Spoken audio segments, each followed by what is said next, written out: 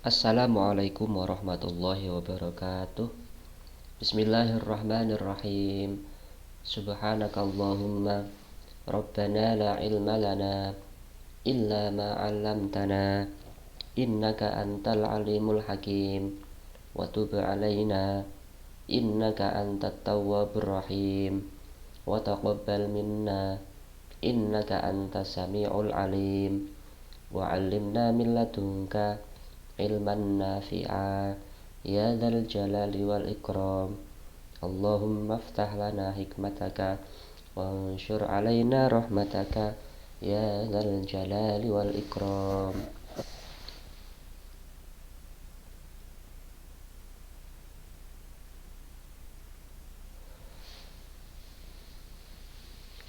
Lahumul Fatihah. Bismillahirrahmanirrahim. Alhamdulillahirabbil alamin. Ar-Rahmanir Rahim. Maliki yaumiddin. Iyyaka na'budu wa iyyaka nasta'in. Ihdinas siratal mustaqim. Siratal ladzina an'amta 'alaihim ghairil maghdubi 'alaihim waladdallin. Amin. Bismillahirrahmanirrahim. Alhamdulillahirabbil alamin. Wassalatuhu wassalamuhu ala sayyidina Muhammad asyrafil mursalin wa khatamin nabiyyin wa ala alihi wa sahbihi ajma'in. Alhamdulillahirabbil alamin. Kita semuanya masih diberi kenikmatan oleh Allah Subhanahu wa taala sehingga pada pagi hari ini kita bisa melaksanakan kegiatan belajar mengajar daring. Anak-anak sekalian, mari kita lanjutkan pelajaran sorofnya. Sebelum kita mulai, mari kita baca bersama-sama. Bismillahirrahmanirrahim. Fa'ala fa'ala fa'alu fa'alat fa'alata fa'alna fa'alta fa'altuma fa'altum fa'alti fa'altuma fa'altunna fa'altu fa'alna. Jangan lupa untuk tasrif lughawi fa'ala fa'ala fa'alu sampai fa'alna ya. Tasrif lughawinya fa'ala ini kalau menghafalkan disertai dengan dhamir ya, selain makna juga disertai dengan dhamir dan juga wakil ya, jadi harus lengkap kalau menghafalkan ini. Untuk sementara ini tidak harus saya ulang lagi ya, karena kemarin sudah saya praktekkan, sudah saya jelaskan 2 kali mungkin ya. Maka untuk sekarang ini mari kita baca tasrif lughawi fi'il kalimat selain fa'ala. Mari kita lanjutkan. Nasoro nasoro nasoru. Oh ya, disebutkan juga makna yang atas ya, makna lafadz yang atas disebutkan. Nasoro wis nulung sapa wong lanang siji. Nasoro nasoro nasoru nasorot nasorota nasorna nasorta nasortuma nasortum nasorti nasortuma nasortunna nasortu nasorna. Madda wis ndawakake sapa wong lanang siji.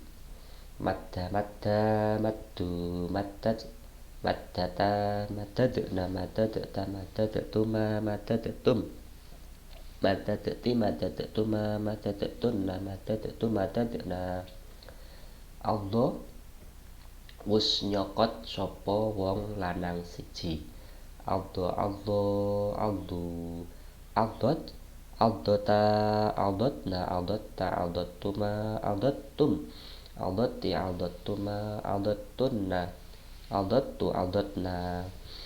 If'alalla wis agawe sapa wong lanang siji. If'alalla if'alalla if'alallu if'alallat if'alallata if'alalna if'alalta if'alaltuma if'alaltum if'alalti if'alaltuma if'alaltunna if'alaltu if'alalna. Sona wis ngreksa sapa wong lanang siji. sona sona, solu, sonat, sonata, sunna, sunta, suntuma, suntum, sunti, suntuma, suntunna, suntu, sunna. Ba'awus adol sapa wong lanang siji. Ba'u, ba'at, ba'ata, bi'na, bi'ta, bi'tuma, bi'tum, bi'ti, bi'tuma, bi'tunna, bi'tu, bi'na. Khofa wus wedi sapa wong lanang siji. Khofa. Ya, jadi tolong diperhatikan ya panjang pendeknya. Karena banyak sekali lafadz-lafadz yang antara mufrad mudzakkar ghaib dengan tasniyah mudzakkar ghaib ini hampir sama. Perbedaannya terletak pada alif di akhir ini. Ya, maka untuk yang tasniyah tolong dibaca yang panjang. Jangan khofu. Nah, harus dibedakan panjang pendeknya. Khofa wus wedi sapa wong lanang siji. Khofa, khofu, khofat, khofata, khifna, khifta, khiftuma, khiftum, khifti, khiftuma, khiftunna, khiftu, khifna. Tola wus dawa sapa wong lanang siji. Tola, tolu, tolat, tolata, tulna, tulta, tultuma, tultum, tulti, tultuma, tultunna, tultu, tulna. Nah, untuk sementara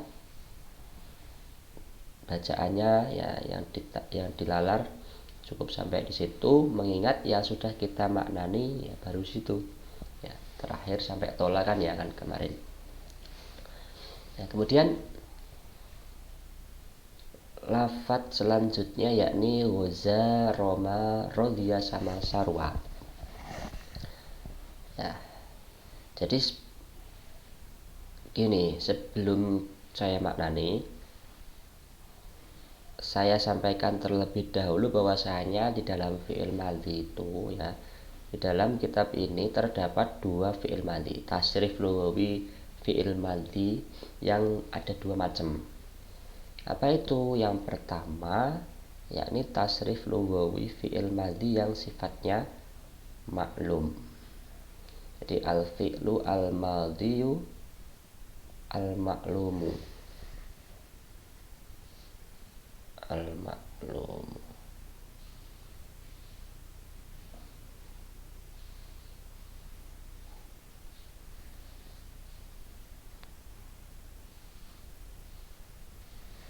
Ya, jadi fi'il madhi yang maklum. Ya. Terus mana saja lafadz-lafadznya? Lafadz-lafadznya mulai fa'ala sampai sarwa. Nah, ini disebut dengan fi'il madhi yang maklum. Nah, fi'il madhi yang maklum itu apa maksudnya? Kalau dalam bahasa Indonesia disebut dengan kalimat aktif. Nah, kalimat aktif. Berarti kalau kalimat aktif pelakunya langsung, ya, pelakunya melakukan pekerjaan dengan sendirinya. Contoh kala ini fa'ala. Kalau dimaknani kan bagaimana? Dia orang laki-laki satu ya, telah mengerjakan, ya, mengerjakan atau melakukan, mengerjakan. Ada kata-kata me ini dari kata kerja, kemudian ketambahan me dan kan. Ya, itu disebut dengan maklum. Nah, terus yang satunya juga fi'il madhi, namun fi'il madhi yang majhul. Al-fi'lu al-madhiyu al-majhulu. Ya, al-majhul. Nah, yang majhul. Lafadznya mana saja, mulai fu'ila sampai uziya. Ini fi'il madhi yang majhul. Apa itu fi'il madhi yang majhul? Yakni kalau dalam bahasa Indonesia disebut dengan kalimat pasif. Kalimat pasif. Kalau fa'ala mengerjakan, kalau fu'ila dikerjakan. Ya, dikerjakan.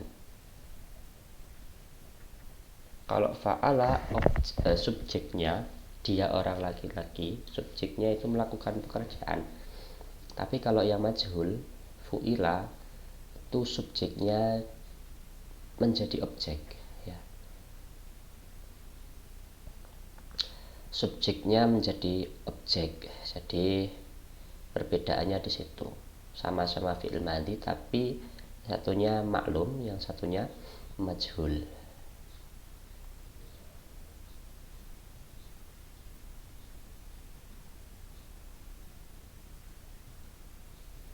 Itu mungkin sekilas untuk mengetahui perbedaan di antara tasrif lughawi fi'il madhi, karena ada dua macam. Ya, kemudian sebelum kita membahas tentang makna dari lafaz-lafaz ghaza, roma, rodiya dan sarwa ini, maka mari kita bahas terlebih dahulu tentang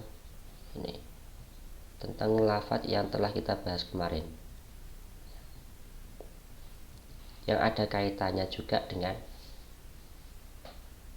dengan pelajaran iqlal yang sudah kita pelajari pada bab 1, kaidah 1, ya.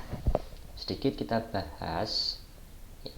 Kita langsung ke lafaz sona, ba'a, khofa dan tola. Karena yang madda dan aldo ini binanya apa? Madda dan aldo binanya mudhoaf, betul. Binanya mudhoaf. Ya. Kemudian untuk yang ada kaitannya dengan kaidah 1 dalam iqlal itu lafaz-lafaznya ya ini sona, ba'a, khofa dan tola. Seperti yang kalian ketahui, yang sudah kita bahas, bahwasanya kaidah pertama berbunyi bagaimana? Masih ada yang ingat atau tidak? Ya. Idza taharrakatil wawu wal ya'u fi idza taharrakatil wawu wal ya'u fi kalimatin. Karena saya juga lupa. Idza taharrakatil wawu wal ya'u, ya, muttasilatin. Nah, ini nih. Fi kilmataihima. Idza taharrakatil wawu wal ya'u ba'da fathatin muttasilatin fi kilmataihima ubdilata alifan. Mithlu sona wa ba'a asluhuma sawana wa baya'a. Nah, ini terjemahnya bagaimana? Apabila wawu atau ya berharokat terletak setelah fathah dalam satu kalimat, maka keduanya harus diganti dengan alif. Ya, idza taharrakatil wawu wal ya'u ba'da fathatin muttasilatin fi kilmataihima ubdilata alifan. Kalau contoh yang kemarin ya ini sona dan ba'a. Maka di sini juga sama, sona dan ba'a. Sama ternyata. Gimana proses iqlalnya? Jadi sebelum menjadi sona, ya, karena sona itu kan wazannya adalah fa'ala, ya, maka sebetulnya sona asalnya adalah sowana. Maka kalau sowana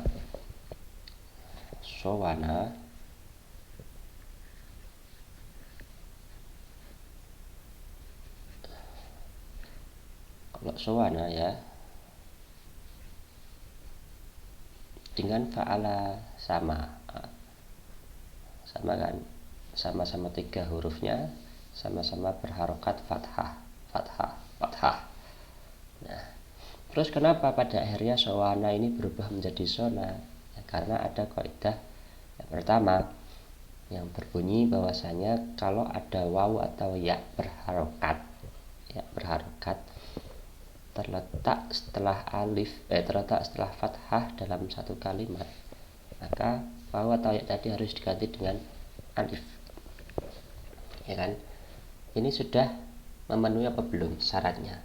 Dalam kaidah yang pertama sudah ada wawu berharokat jatuh setelah fathah dalam satu kalimat, maka wawu ini harus diganti dengan alif, sehingga yang asalnya sowana kemudian berubah menjadi sona ini. Nah, begitu juga dengan ba'a, sama. Hanya saja kalau yang sona itu asalnya adalah sowana, tapi kalau ba'a asalnya adalah baya'a. Nah, kemudian untuk yang khofa dan tola saya kira juga sama. Ya, khofa itu asalnya adalah khowifa, ya khowifa, mengikuti wazan fa'ilah. Asalnya khofa adalah asalnya khowifa,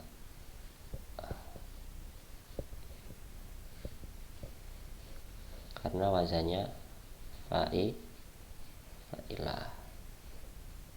Nah, ada wawu berharokat terletak setelah fathah dalam satu kalimat, maka wawu tadi berhak untuk diganti dengan alif, khowifa. Begitu juga dengan tola juga sama. Tola ya, asalnya adalah towila, ya, kayak khowifa, towila, wazannya fa'ilah. Ya. Nah, itu sekilas untuk membahas tentang kaitannya lafaz-lafaz dalam tasrif lughawi ini dengan iklal, terutama dalam kaidah yang pertama, yaitu untuk apa? Untuk yang kaidah yang pertama, karena yang baru kita bahas adalah kaidah pertama. Nah, nanti juga pasti banyak sekali perubahan kalimat, iklal kalimat yang lain selain yang di atas, selain yang mufrad mudzakkar ghaib.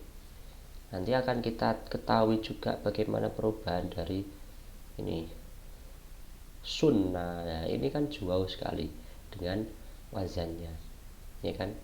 Dengan wazannya jauh sekali. Mungkin untuk yang ini, yang sona, sonu, sonat, sonata, ini sudah sama dengan wazannya, gitu, sudah sama. Nah, tapi untuk yang sunnah ini kan jauh sekali. Sunnah dengan wazannya yakni fa'alna. Nah, ini jauh sekali. Bi'na dengan fa'alna, khifna dengan fa'alna, tulna dengan fa'alna, dan sampai yang ke bawah ini belum sama dengan wazannya. Nah, maka sebenarnya ini juga ada asal-asalnya tersendiri. Namun karena kaidahnya belum kita bahas, maka ya kita pending terlebih dahulu. Kita fokuskan pada lafaz-lafaz yang ada kaitannya dengan kaidah yang telah kita bahas. Terus kemudian untuk maknanya sudah saya kasihkan yang kemarin. Nah itu maknanya wis ngreksa sapa wong lanang siji. Kemudian untuk yang waqi, ya dhamir kan sudah jelas ya. Dhamir itu ya wa huma, hum, hiya, huma, hunna, anta, antuma, antum, anti, antuma, antuna, ana, nahnu, mengikuti susunan yang ada 14 ini. Sona berarti huwa, sona berarti huma, sonu berarti hum. Untuk yang waqi juga sama. Nah, waqi dari sona itu apa? Mufrad mudzakkar ghaib. Sona tasniyah mudzakkar ghaib. Sonu jamak mudzakkar ghaib. Persis seperti wakeknya fa'alu yang sudah saya kasihkan filenya ya, ini wakek yang ada 14 susunannya sama. Jadi diingat-ingat, tak perlu kalian menulis lagi, cuma yang saya inginkan kalian masih ingat Dan ketika diminta untuk menunjuk ini wakeknya apa, misal sunta ini wakeknya apa, nah wakek dari sunta ini apa, ya, gampang, kalian tinggal mencocokkan sunta ini urutannya sama dengan apa, urutannya sama dengan fa'alta ternyata. Nah, fa'alta ternyata wakeknya adalah mufrad mudzakkar mukhatab. Nah, karena fa'alta wakeknya adalah mufrad mudzakkar mukhatab, maka sunta juga sama, wakeknya juga mufrad mudzakkar mukhatab karena satu jenis atau berurutan posisinya sama-sama di posisi yang ada di urutan keberapa, 7. Jadi kayak gitu ya. Ketika disuruh diminta untuk menunjukkan ini mufradnya wakeknya apa, maka kalian sudah harus bisa menjawabnya. Nah, kalau semisal hafalan bagaimana Pak? Kalau hafalan tidak boleh mencontek atau melihat buku semisal, ya tinggal kalian hitung urutannya keberapa. Misal contoh, coba tunjukkan wakeknya khofu, ya khofu. Nah, apa kira-kira? Kalau tidak melihat buku kesusahan, kalian disuruh untuk menghafalkan, maka tinggal kalian hitung urutannya, ditasrif terlebih dahulu. Khofa, khofa, khofu. Ternyata urutan ketiga. Nah, urutan ketiga itu wakeknya apa? Wakeknya dihitung mulai mufrad mudzakkar ghaib, mufrad mudzakkar tasniyah mudzakkar ghaib, dan jamak mudzakkar ghaib. Nah, berarti urutan ketiga itu adalah jamak mudzakkar ghaib. Berarti khofu juga jamak mudzakkar ghaib.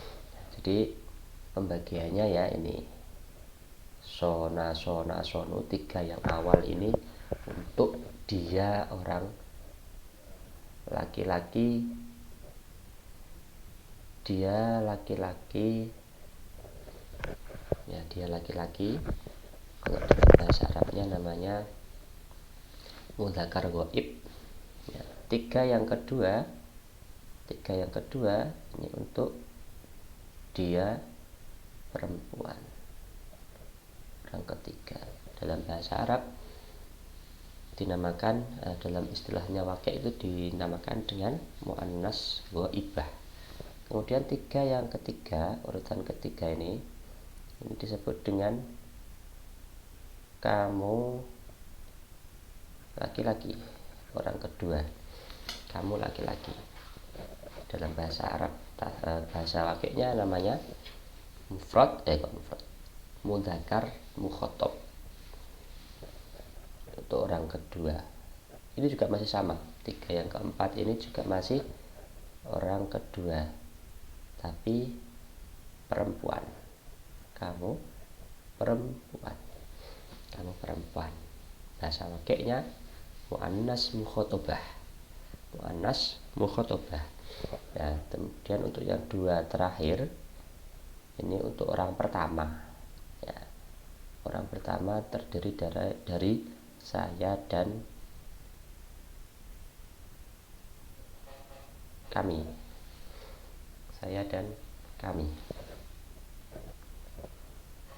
Nah, itu untuk pembagiannya ya. Jadi kalian harus menghafalkan di luar kepala ya toh ya, untuk mengantisipasi ketika ada pertanyaan yang sifatnya tidak boleh melihat buku, maka kalian harus hafal urutan-urutannya, entah itu urutan lafaz, urutan dhamir, atau urutan wakek. Karena antara wakek, dhamir, dan lafaz itu urutannya sama.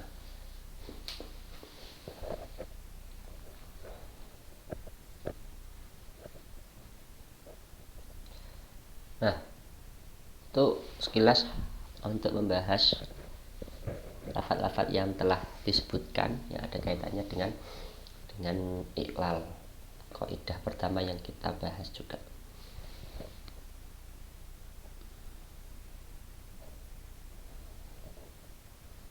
Nah, kemudian kita lanjutkan pada lafaz yang selanjutnya, yakni goza, roma, rozia, dan sarwa. Nah, ini masih maklum ya, masih fi'il madhi yang maklum, namun binanya yang berbeda. Kalau yang sona, ba'a, khofa, dan tola itu kan binanya adalah ajwaf. Masih ingat kan bina ajwaf itu apa? Bina atau kalimat yang ain fi'ilnya berupa huruf ilat. Semuanya ini ain fi'ilnya berupa huruf ilat. Sona, ba'a, khofa, tola itu binanya ajwaf. Ya, binanya ajwaf. Kalau sona bina ajwaf yang wawi ya. Ba'a ajwaf ya'i, khofa ajwaf wawi, tola ajwaf wawi. Sekarang kita menginjak ke lafaz selanjutnya, yakni woza. Woza ini ya, woza kok gak bisa dirubah, gak bisa berhenti, ini gimana ini?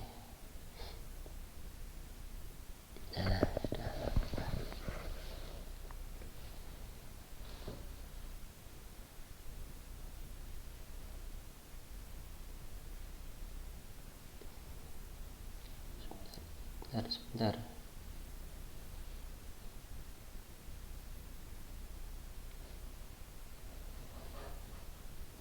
Ya, langsung aja ya, nggak apa-apa.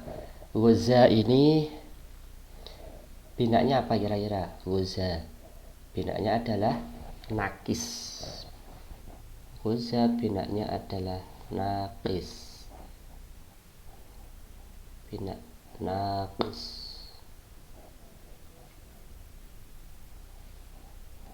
Kenapa kok disebut dengan bina nakis? Karena lam fi'ilnya berupa huruf ilat.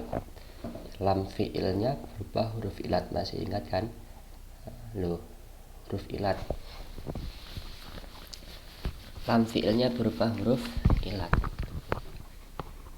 Huruf ilatnya berupa apa, Pak? Huruf ilatnya berupa wawu. Loh, di situ nggak ada wawu, Pak. Ya, ternyata asal dari woza itu adalah wozawa.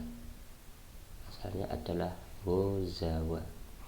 Mengapa? Karena mengikuti wazan fa'ala. Maka di situ ada wawu yang berada di posisinya lam fi'il. Kelihatan kan, berada di posisinya lam fi'il. Sehingga woza itu disebut dengan nakis wawi.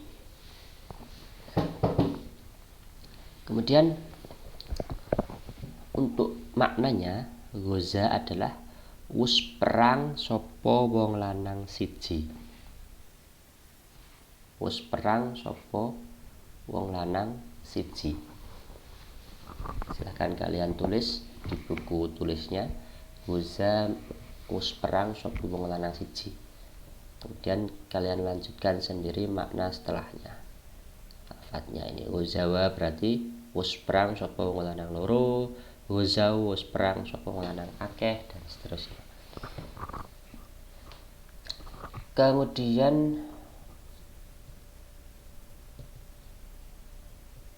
untuk lafaz selanjutnya, yakni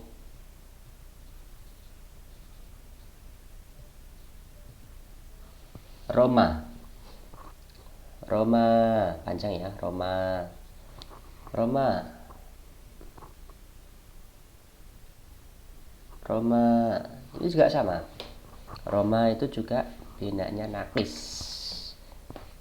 Karena ada lam fi'ilnya berupa huruf ilat.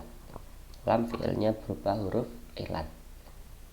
Namun bedanya apa dengan goza? Kalau goza nakis wawi, kalau Roma nakis ya'i. Kok bisa, Pak? Ya, karena asal dari Roma itu adalah Romaya. Asalnya adalah Romaya. Asalnya adalah Romaya. Romaya. Ada lam ya, posisi lam fiil ditempati oleh ya, di mana ya merupakan huruf ilat, sehingga Roma itu binanya adalah Romaya. Nah, binanya adalah nakis ya'i. Asalnya adalah Romaya. Kemudian untuk maknanya Roma adalah wus mbalang sapa wong lanang siji. Roma wus mbalang sapa wong lanang siji. Roma wus mbalang sapa wong lanang siji. Untuk lanjutannya silahkan kalian tulis sendiri ya. Kemudian untuk selanjutnya yakni rodia. Rodia juga sama dengan waza dan Roma. Rodia binanya sama nakis. Sama nakis juga. Nah, nakisnya apa? Nakisnya adalah nakis ya'i sebagaimana Roma. Rodia. Ada huruf ilat yang menempati posisinya lam fi'il. Untuk maknanya rodia asalnya apa? Rodia ya nanti ada. Rodia itu asalnya adalah rodiwa sebenarnya. Ya, sebenarnya rodia itu asalnya adalah rodiwa. Oh, maaf. Ya, rodia itu bukan nakis ya'i ya, tapi nakis wawi. Ya. Nakisnya adalah nakis wawi karena asalnya adalah rodiwa. Nah, itu ada di dalam kaidah ke-9 nanti akan kita bahas. Yang jelas kita bahas terlebih dahulu binanya ya. Bina rodia adalah nakis wawi. Kemudian untuk maknanya rodia adalah wus ridho sapa wong lanang siji. Rodia wus ridho sapa wong lanang siji. Rodia wus ridho sapa wong lanang siji. Rodia wus ridho sapa wong lanang siji. Nah.